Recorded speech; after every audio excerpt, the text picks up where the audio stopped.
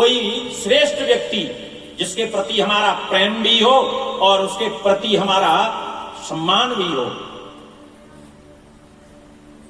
प्रिय भी हो और पूज्य भी हो, ऐसा कोई यदि व्यक्ति उपदेश करता है तो वो हमारी समझ में आता है। और वो कौन हो सकता है? केवल गुरु, जो प्रिय भी होता है और पूज्य भी होता है। इसीलिए पितामह भीष्म के पास में और पांचों पांडवों को लेकर के गए हैं, क्योंकि ये इनके पूज्य भी हैं, पितामह हैं और प्रिय तो हैं ही, बहुत प्रेम करते थे। पितामह भीष्म जी पांचों पांडवों को बहुत प्रेम करते थे, लेकिन वो तो गद्दी से जुड़े हुए थे ना, इसीलिए उन्हें कष्ट भी भोगना पड़ा। भाई अधर्म का साथ किसी भी तरह से दोगे तो तुम्हें कष्ट तो भोगना पड़ेगा उसका।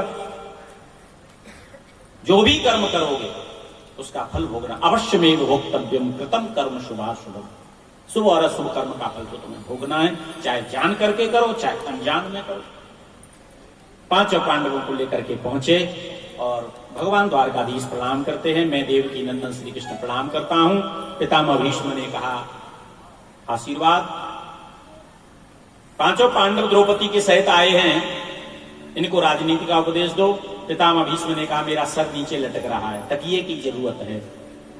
युधिष्ठिर जी ने आज्ञा दी जाओ मखमली तकिए लेके आओ, बोले नहीं, हाथ उठा करके मना कर दिया, मुझे तकिया भी गांडीव धनुषधारी अर्जुन ही देगा।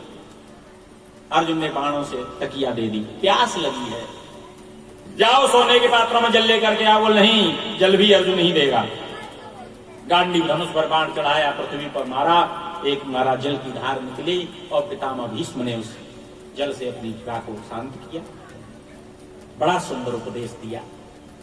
युधिष्ठिर, राजा का कर्तव्य होता है प्रजा का पुत्रवत पालन करना।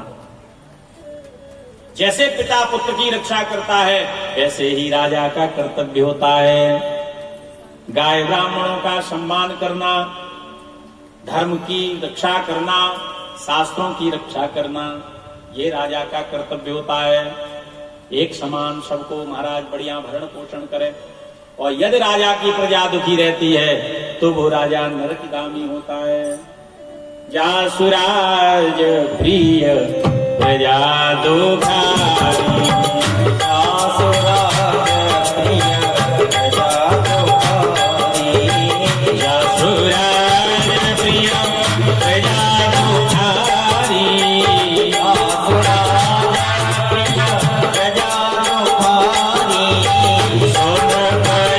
प्रिय प्रजा दुखारी,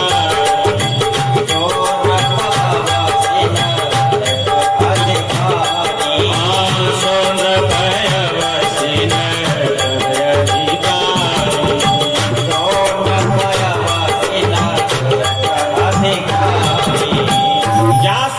प्रिय प्रजा दुखारी, सो नृप अवश्य नरक अधिकारी। जिस राजा की प्रजा दुखारी होती है वो राजा नरकगामी होता है। इसलिए प्रजा कभी दुखी नहीं रहनी चाहिए। और जहां स्त्री का अपमान हो रहा हो खुल करके विरोध करना चाहिए। स्त्री का कभी भी अपमान नहीं होना चाहिए, खुल करके विरोध करो। जो ही ये बात द्रौपदी ने सुना, रहा नहीं गया, हंसने लगे। पितामह भीष्म ने देखा द्रौपदी तुम हंस रही हो। नहीं पितामह, गलती हो गई, एकाएक हंसी आ गई। पितामह भीष्म ने कहा नहीं, कुलवती नारी को एकाएक हंसी नहीं आती है। कारण क्या है, कारण बताओ। द्रौपदी घबरा गई, हाथ जोड़ करके कहने लगी पितामह, अभी अभी आप कह रहे थे कि स्त्री की लाज जा रही हो तो खुल करके विरोध करना चाहिए। उस समय आपके ये सुविचार कहां गए थे?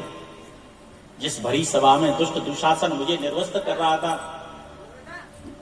उस सभा में आप भी बैठे हुए थे, मेरे पांचों पति बैठे हुए थे, बड़े बड़े योद्धा बैठे हुए, गुरु द्रोणाचार्य शल्य आदि भी बैठे हुए थे। ये उपदेश उस दिन कहां गए थे जिस सभा में मैं आपसे हाथ जोड़ करके गुहार लगा रही थी, प्रार्थना कर रही थी, पितामह मेरी रक्षा करो, पितामह मेरी रक्षा करो, जिसका एक भी अंग किसी ने नहीं देखा हो, यहां तक उंगली नहीं देखी हो, और आज ये दुष्ट भरी सभा में और तुम्हारी पौत्र वधू को निर्वस्त्र कर रहा था।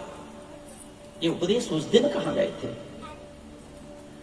पितामह भीष्म की आंख में आंसू आ गए। बेटी तुम ठीक कहती हो,